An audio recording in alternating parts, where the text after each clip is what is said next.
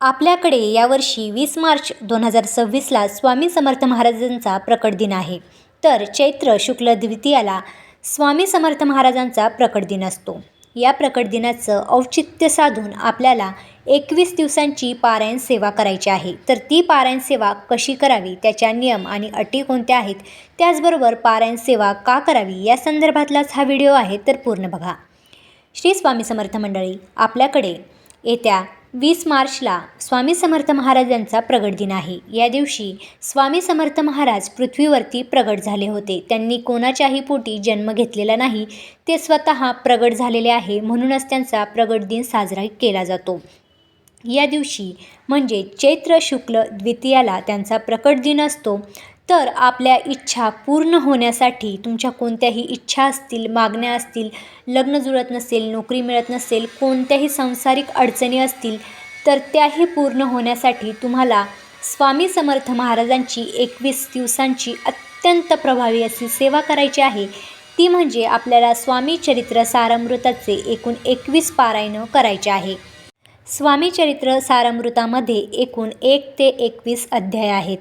हे अध्याय जेव्हा आपण एकदा पठण करतो तेव्हा आपलं एक पारायण होत असतं. तर एकूण आपल्याला अशी 21 पारायणं करायची आहे. ही सेवा आपल्याला 28 फेब्रुवारीपासून ते 20 मार्चपर्यंत करायची आहे. पण या वेळेमध्ये स्त्रियांना मासिक धर्म येतो, त्यामुळे त्यांची ही सेवा थोडी पुढं गेली तरीही चालणार आहे. अगदी तुम्ही 30 मार्चपर्यंत जरी ही सेवा केली तरी देखील चालणार आहे. पण सेवा मात्र नक्की करा. कुठलीही सेवा करण्याआधी संकल्प करायचा असतो. तर तुम्हाला एकूण किती पारायणं करायची आहे त्याचा तुम्ही संकल्प करावा. 21 पारायणं म्हणजे तुमच्याकडून जर शक्य होणार नसेल तर तुम्ही अगदी 11 पारायणं केली तरी देखील चालणार आहे. त्याचबरोबर संकल्प करताना कसा करायचा, तर आपल्याला मठामध्ये किंवा केंद्रामध्ये स्वामी समर्थ महाराजांना खडीसाखर आणि नारळ घेऊन जायचं आणि त्यांना सांगायचं की मी तुमची संकल्पयुक्त 21 पारायणं किंवा 11 पारायणं करणार आहे आणि हे कोणती तुमच्या मनातली इच्छा आहे ती तुम्हाला स्वामी समर्थ महाराजांना पूर्ण करण्यासाठी सांगायचं आहे आणि संकल्प करायचा आहे. संकल्प हा आपल्याला पहिल्याच दिवशी करायचा असतो. संकल्प हा रोज रोज करायचा नसतो. एकदा आपण आपल्याला काय पाहिजे ते सांगितलं की आपण फक्त सेवा करायची, बाकी सगळं स्वामी समर्थ महाराजांच्या हातामध्ये देऊन टाकायचं. त्यानंतर आपण जर काही भाविक भक्त असतील त्यांना संकल्प करायचा नसेल तर त्या नुसत्या सेवासुद्धा करू शकतात.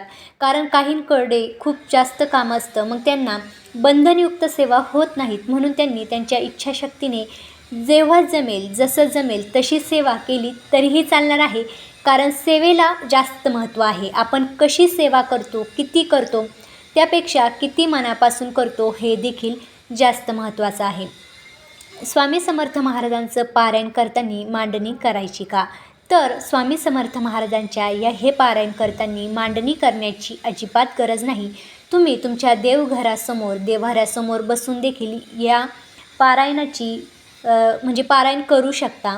तर ज्यांची इच्छा असेल त्यांना अगदी सागर संगीत जर पारायण करायचं असेल तर ते नक्कीच मांडणी करू शकता. त्यासाठी पाटावरती कलश मांडायचा, स्वामी समर्थ महाराजांची फोटो किंवा मूर्ती ठेवायची, त्याला हार, फूल, गंध अर्पण करायचा आणि तुम्ही सेवा सुरू करू शकता.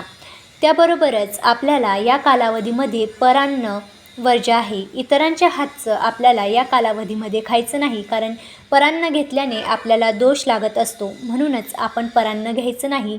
पण तुम्ही तुमच्या माहेरचं किंवा तुमचे जे स्वामी सेवेकरी असतील त्यांचं घरचं तुम्ही नक्कीच भोजन ग्रहण करू शकता.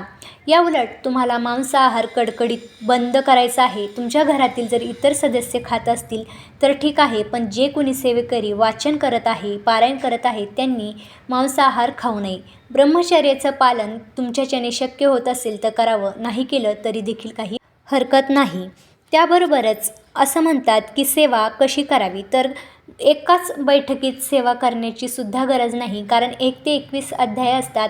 काही जणांना बसण्याचा प्रॉब्लेम असतो, काहींचं बाळ छोटं असतं, काहींना काम असतं, जॉबला बाहेर जायचं असतं. तर तुम्ही सकाळी 7 अध्याय, दुपारी 7 अध्याय आणि संध्याकाळी 7 अध्याय अशा पद्धतीने सुद्धा तुम्ही वाचन करू शकता. किंवा सकाळी अर्धे आणि संध्याकाळी अर्धे अध्यायसुद्धा तुम्ही वाचन करू शकता. आणि अगदी तसंच तुम्हाला नाही जमलं तर एका दिवशी 7, दुसऱ्या दिवशी 7 आणि तिसऱ्या दिवशी 7 अशा प्रकारे तुम्ही एकूण 3 दिवसामध्ये एक पारायणसुद्धा करू शकता. आपल्याला जास्तीत जास्त सेवा करायची आहे हे मात्र लक्षात ठेवायचं. त्याबरोबरच आपल्याला रोज 11 माळी श्री स्वामी समर्थ या मंत्राचा जप करायचा आहे. त्याबरोबरच 11 वेळा तारक मंत्र देखील म्हणायचा आहे. त्याबरोबरच एक नियम असा की ह्या सर्व सेवा करताना आपल्याला काळं वस्त्र अजिबात परिधान करायचं नाही.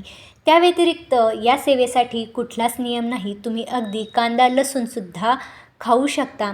त्याचबरोबर तुम्ही ही सेवा तुमच्या आवडीनुसार कुठल्याही वेळेमध्ये करू शकता. फक्त 12 ते 12:30 हा वेळ सोडला तर तुम्ही दिवसभरामध्ये कधीही ही सेवा करू शकता. स्वामी समर्थ महाराजांचा प्रगट दिन ही म्हणजे खूप मोठी पर्वणी आहे आणि आपल्यासाठी दिवाळीपेक्षा कमी नाही. तर आपल्याला या दिवसाचं महत्त्व जाणून घ्यायचं आहे आणि या दिवसापर्यंत स्वामी समर्थ माऊलीची होईल तितकी जास्त सेवा आपल्याला करायची आहे आणि या सेवेने आपल्याला खूप छान असं फळ भेटणार आहे.